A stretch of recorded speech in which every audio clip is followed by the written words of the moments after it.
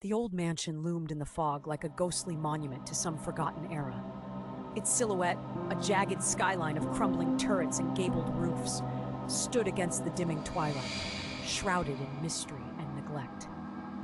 Ivy clung to its stone walls, and the windows were dark and vacant, save for the occasional blink of light that seemed to skitter behind dusty panes. The air was thick with the scent of rain-soaked earth and decaying leaves, hinting at secrets buried deep within the mansion's bones. Catherine Langley shivered in her coat as she stood at the wrought iron gates, peering through the intricate swirls. In the distance, an owl hooted, its mournful cry echoing through the dense woodland that encircled Thorncroft Manor. She had been drawn here, compelled by tales of her great-uncle's hidden wealth, whispered fortunes that might secure her future and free her from the relentless grind of city life. Nudged by a peculiar curiosity, she fumbled with the set of ornate keys left to her among her uncle's sparse belongings. As the gate groaned open, a chill wind swept past, whispering secrets she couldn't quite grasp. A meandering path led to the mansion's front porch, where a single lantern flickered weakly, casting long shadows that danced like phantoms upon the stone steps. The heavy door creaked open at her touch, revealing a grand yet forlorn foyer. Dust clung to every surface, thick like a shroud, and the air was heavy with the staleness of decades left undisturbed. An elaborate chandelier, tarnished and webbed by time, hung from the ceiling, its crystals twinkling faintly in the growing dark. Catherine stepped inside, her footsteps stirring clouds of forgotten dust. She inhaled deeply, a mixture of must and something else, something bitter and acrid that stung the back of her throat. A grand staircase spiraled upward into shadows, inviting yet forbidding. Her eyes flitted across the walls, where faded portraits of somber ancestors gazed down with hollow eyes. She reached for her flashlight, the beam cutting through the gloom, sending shadows skittering along the walls. The whispers began then, low and indistinct, a murmured chorus of familiar yet unintelligible voices. Catherine froze, heart hammering in her chest as her eyes darted through the gloom. Is someone there? Her voice echoed, swallowed by the yawning silence that followed. Only the sound of dripping water somewhere deep within the corridors answered her query. Determined to unravel the mansion's mysteries, Catherine headed toward the noise. The hallway stretched interminably, doors on either side like sentries guarding their secrets. The air grew colder, oppressive, yet she pushed on, spurred by the tantalizing promise of discovery. At the end of the corridor, a door stood ajar. Light pulsed from within, a soft flickering glow that beckoned like a will-o'-the-wisp. She hesitated, a prickling at the nape of her neck cautioning her to retreat. But curiosity, an insatiable creature itself, gnawed at her resolve and demanded satisfaction. Catherine stepped inside a cavernous library, where rows of books lined the walls floor to ceiling. Sheets covered the furniture as if hastily abandoned, yet the room felt alive with a palpable energy. In the center stood an ornate table, upon which lay a single candle, its flame wavering in an unfelt breeze. As she approached, the candle extinguished suddenly, plunging the room into near darkness. The whispers intensified, swirling around her in a cacophony that left her breathless and disoriented. "Catherine!" The voice was clear now, distinct from the rest. A woman's voice, resonant and haunting. She spun around, heart pounding, seeking the source, but finding only shadows that seemed to mock her distress. Her flashlight's beam danced erratically across the bookshelves, and something caught her eye. A book slightly protruding, as if begging to be pulled. With trembling fingers, she slid the volume from its resting place. The whispers ceased immediately, replaced by an oppressive silence that pressed in on her from all sides. The book, bound in cracked leather, bore no title. She hesitated only a moment before opening it. The pages were filled with neat handwriting, chronicling daily life, but something was wrong, horribly out of place.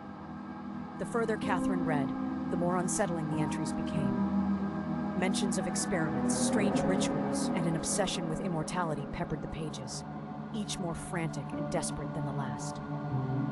To cheat death, one entry concluded. A soul must be bound, entwined in the sacred and the profane, imprisoned in this prison of stone and memory. Catherine felt a sudden pressure in her chest, as if the very spirit of the house had wrapped its talons around her heart. A sense of urgency crept over her, compelling her to flee, yet she stood rooted, hypnotized by the dark allure of forbidden knowledge. The sound of footsteps, slow and deliberate, echoed in the hallway behind her. She snapped the book shut, and her flashlight sputtered before dying completely.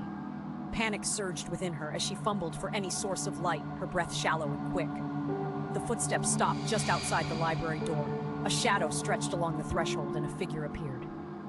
It was a woman, clad in an antiquated gown, her mournful eyes fixed upon Catherine with a mix of sorrow and intent. "You must leave," the woman whispered, her voice barely more than a breath. "He knows you're here." "Who?" Catherine gasped, but the figure faded, dissolving into the shadows as if absorbed by the house itself. Desperate now, Catherine bolted from the library, stumbling back through the winding corridors. She could feel it now, a presence, dark and watching, the walls themselves seeming to close in with every step.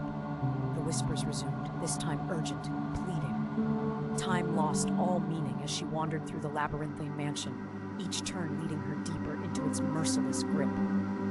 She pushed through a door at random, finding herself in a small room dominated by a large cracked mirror that reflected her terror-stricken face.